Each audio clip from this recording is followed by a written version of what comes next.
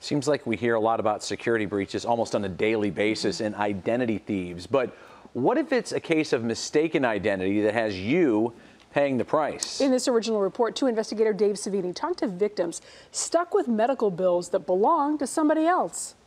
Do you wonder if there are more victims? Oh my God, I'm sure there are. Lisa Voss was billed more than $1,300 by Stroger Hospital. According to these medical records, what were you diagnosed with?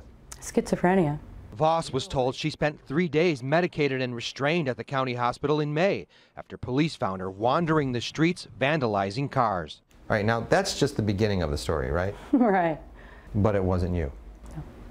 And you're fighting to correct it. Mm-hmm. Well, it's a bill for a consultation for my father. Fred Nelson's father, Fred Sr., got a $477 bill from Medical Services RIC for a doctor visit at Northwestern Memorial in July. What's the problem with that? Problem is, my father passed away 2.5 years ago. Nelson and Voss turned to the two investigators for help.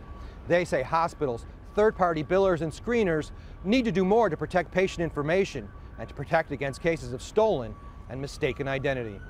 I am actually beyond aggravated. I'm They also say not enough is being done to help people clear their names when false bills start coming. I was informed that I'm being held liable, that they did their investigation, and they can't prove that it wasn't me. Voss says she was given the runaround for 2 months despite repeated calls and visits, so the two investigators made a visit to Stroger with her. Turns out no one from Stroger verified the patient suffering from mental illness and who had no identification was really Lisa Voss.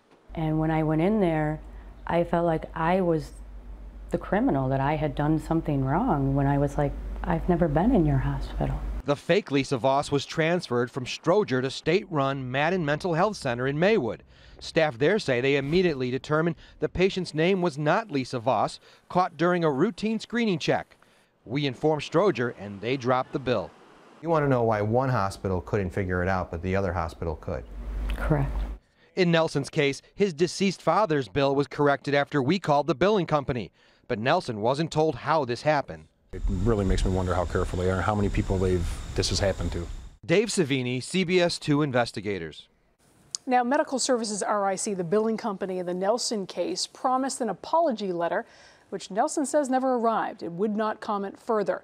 A Stroger spokesperson says the Voss case led to a review, and they are now re-educating staff on internal procedures. Voss would like to see hospitals take digital pictures of patients, especially if they don't have identification.